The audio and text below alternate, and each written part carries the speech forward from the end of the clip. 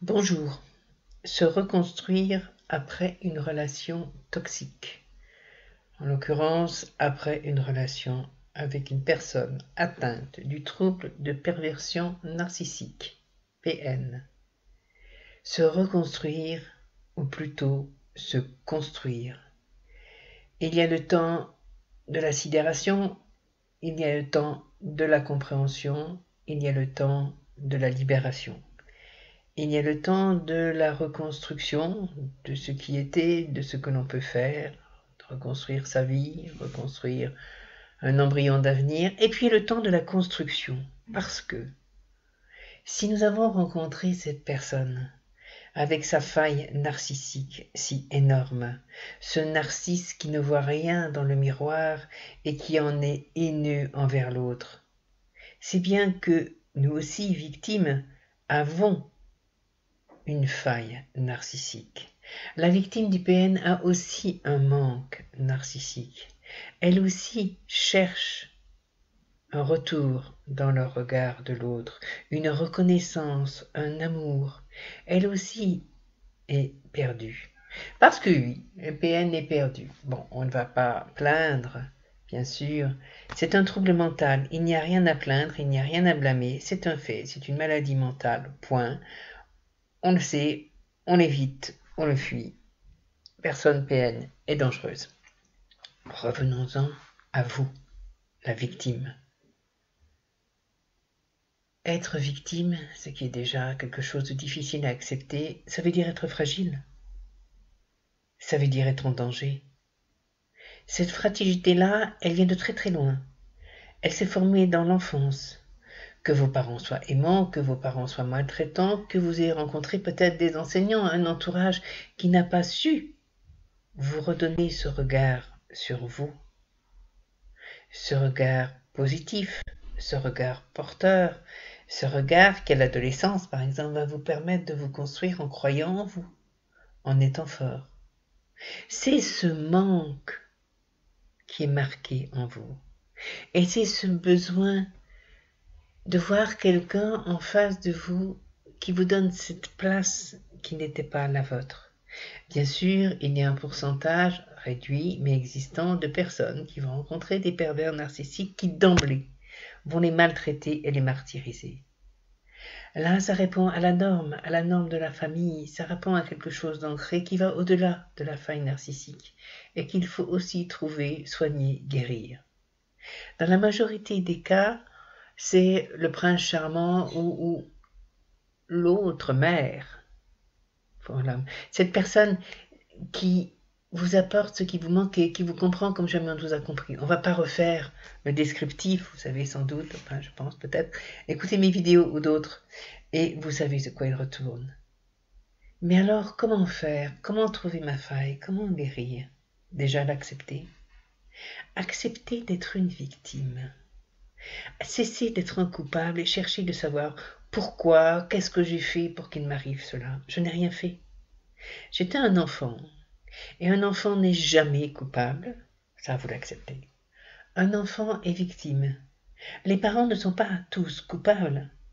Ils sont aussi des enfants victimes. Pour comprendre, on va rechercher dans notre famille pourquoi. Pourquoi ils n'ont pas su nous donner ce qui nous manquait? Pourquoi ils n'ont pas su voir qu'il nous manquait quelque chose? Pourquoi parfois ces parents si pleins d'amour, mais si exigeants, si en attente de nous, si en attente de réparation de leur propre vécu, n'ont pas pu voir qu'en étant comme ils étaient avec leur enfant, ils créaient ce manque? Pourquoi ces parents si incapables d'aimer, si durs, si maltraitants, n'ont pas pu être autres? Parce qu'en eux, il manquait quelque chose. Voilà, c'est dit. Alors moi, le chemin, c'est de comprendre que j'attends le regard de l'autre, que je ne dois pas l'attendre, que le regard de l'autre ne sera jamais qu'un miroir déformant, que le narcisse que je serai, qui se regardera dans le miroir de l'étang, comme dans la légende, ne verra que quelque chose de trouble, parce que l'eau est trouble, et que le regard de l'autre est troublé par ses propres attentes, par ses propres demandes. Voyez le PN qui attend de vous que vous soyez l'image parfaite de ce qu'il cherche à être, et qui, ne le voyant pas, ne parvenant pas à l'être, va vous détester. Vous cherchez, vous avez besoin de l'autre. C'est là qu'est le point qui ne fonctionne pas bien. C'est là qu'est le point de l'édifice qui est de travers chez vous. Apprenez, aussi difficile que cela paraisse, à ne pas compter sur le regard de l'autre, à ne pas vous fier au regard de l'autre, à ne pas souffrir du regard de l'autre. Apprenez à regarder l'autre. C'est le chemin inverse. Quand l'autre vous dit quelque chose de déplaisant, de blessant, quand vous comprenez que son attitude n'est pas amicale, n'est pas conviviale, que ce soit dans le travail, que ce soit dans les relations sociales, que ce soit dans les relations personnelles, demandez-vous pourquoi cette personne n'est pas capable à ce moment-là d'envoyer quelque chose de tout simple, qui est quelque chose de paisible, alors qu'on appelle l'amour universel, qui est un très joli mot, qui veut dire plein de choses, mais bon, on va pas trop le prendre, qui est de l'empathie pour l'autre, qui est de voir l'autre tout simplement comme un autre, différent, à découvrir, à comprendre, intéressant ou pas pour soi, et s'il n'est pas intéressant, on passe son chemin, c'est tout. On n'a pas à lui dire tu devrais être comme moi, tu devrais être ceci, tu devrais être cela. Pourquoi faire? Parce que cette personne-là aussi cherche le regard de l'autre. Ma solitude après PN est terrible, me dit-on souvent. Ma solitude me fait souffrir. Pourquoi? Qu'est-ce que la solitude? La solitude, c'est le droit de faire ce qu'on a envie de faire, comme on a envie de le faire, quand on a envie de le faire, sans qu'on ait le regard de personne sur soi, sans qu'on ne se pose la question de savoir si ça va déranger, si ça va être jugé, si ça va plaire ou pas. La solitude, c'est la liberté d'être. Et après la solitude, il y a ce besoin humain pour la majorité des humains et pas tous, de créer des liens avec les autres. Voilà. Nous sommes un animal grégaire, nous sommes un animal social. Voilà, bien, très bien. Mais ce lien, c'est notre cerise sur notre gâteau. C'est créer un lien avec des personnes avec lesquelles on se sent réellement bien, sans avoir besoin d'elles. Elles sont là, c'est bien, elles ne sont pas là, c'est pas grave. On est heureux de partager avec l'autre, bien sûr, qui ne le serait pas intellectuellement, socialement, pour le rire, pour le plaisir, pour faire travailler son cerveau. C'est un plus, c'est quelque chose de fantastique. Mais on peut très bien le faire soi-même. On peut regarder un film qui nous fait plaisir, aller voir une expo qui nous plaît, s'intéresser à quelque chose, et on a Internet qui nous apporte tellement de richesses intellectuelles, faire du sport pour le plaisir de se sentir bien en soi. Pourquoi l'autre? Pourquoi absolument l'autre? Parce que nous sommes encore un enfant perdu, comme l'enfant perdu sans ses parents, sans ses repères. Alors il faut prendre la main de cet enfant, parce que nous sommes l'adulte de notre propre enfant. Il faut le prendre avec soi, il faut lui faire découvrir un monde où il peut agir, où il peut être, où il n'a pas besoin de l'autre, où l'autre ne peut pas agir sur lui, ne peut pas être son maître, et où il peut s'épanouir. Ça fait aussi partie de la guérison de l'enfant intérieur. C'est ça la construction, c'est refaire ce chemin qui à un moment s'est dévié dans l'enfance, refaire ce chemin, avoir peut-être des moments d'adolescence, et j'ai aussi des consultants qui ont eu des moments d'adolescence, et bien tant mieux. Refaire le chemin mal fait et le refaire bien, repaver notre chemin avec tout ce qui lui a manqué, pour qu'enfin nous soyons un adulte fort, un adulte épanoui, un adulte vrai, un adulte qui apprécie les autres, ceux qu'il a vraiment envie d'apprécier, qui ne subit plus les autres, et surtout pas ceux qui sont pesants, qui lui, comme on dit, cassent les pieds, qui l'empoisonnent, qui sont accrochés à ses baskets, qui se servent de lui, très souvent, parce que les victimes de PN sont des gens qui sont en demande d'amour, donc qui donnent, et qui tombent donc sur des gens qui ont besoin qu'on leur donne. Et la victime ne reçoit rien. Voilà. Apprendre à s'épanouir en soi, pour soi, égoïstement. Parce qu'avant de pouvoir donner à l'autre, il faut être capable de se donner à soi-même. Pour offrir bien, il faut savoir créer. Si vous voulez faire un cadeau de vos mains à l'autre, vous essayez d'abord de savoir comment le faire. Après, vous le donnez. Vous ne bâclez pas, vous y mettez votre cœur. Mais vous avez besoin d'apprendre. Alors si vous apprenez déjà à vous aimer, à vous donner la première place, à vous donner de l'importance, à vous dire ben non, je ne vais pas à cette soirée parce que d'accord, ils ont très envie de me voir, d'accord, ils vont être très déçus de me voir, mais si j'y vais, je ne suis pas moi-même, je n'ai pas envie d'y aller. Alors ils seront déçus, mais ce sera passager, alors que moi je vais encore faire un effort sur moi. Et j'en ai fait déjà tellement que, eh bien, je peux inventer un mensonge très diplomatique, faut être très franc, mais je ne fais pas ce que je n'ai pas envie de faire, simplement parce que l'autre en a envie, lui. Stop. J'arrête.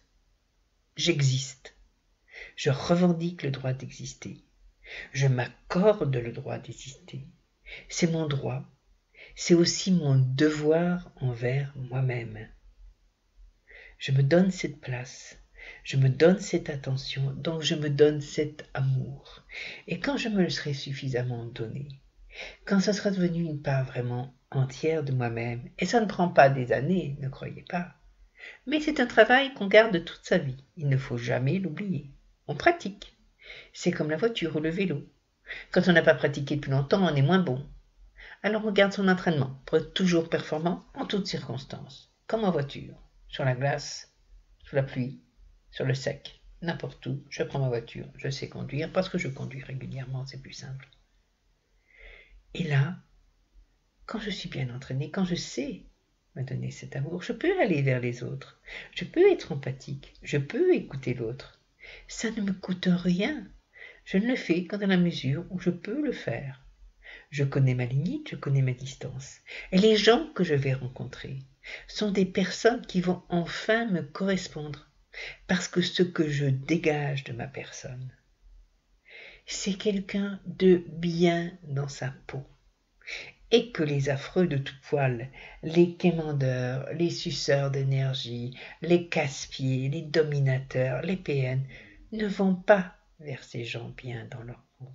Ceux qui vont vers ces gens bien dans leur peau, c'est des gens qui sont eux aussi bien dans leur peau, soit parce qu'ils ont fait ce chemin, soit parce qu'ils ont eu la chance inestimable d'avoir un cadre dans leur enfance qui leur a permis de développer ce bien-être intérieur. Vous recréerez votre cercle. Il sera peut-être plus limité, il sera peut-être grand, mais vous recréerez votre cercle à votre image et pas à celle de l'autre. Et vous recréerez ce cercle dans lequel vous serez enfin épanoui, heureux de vivre, heureux de partager, heureux d'être, enfin fort, enfin libre, enfin vous-même. Si vous fouillez parmi tous les vidéos qui sont là, vous trouverez celle qui parle d'aller à la rencontre de son enfant intérieur. Si vous n'avez pas écouté, je crois que dans notre deuxième page des vidéos sur YouTube, allez-y. Faites l'exercice. Elle vous aidera à vous donner cet amour qui vous manque. Elle vous aidera à guérir cet enfant en vous. Faites-la autant que nécessaire. Apprenez à vous découvrir. Apprenez à vous aimer.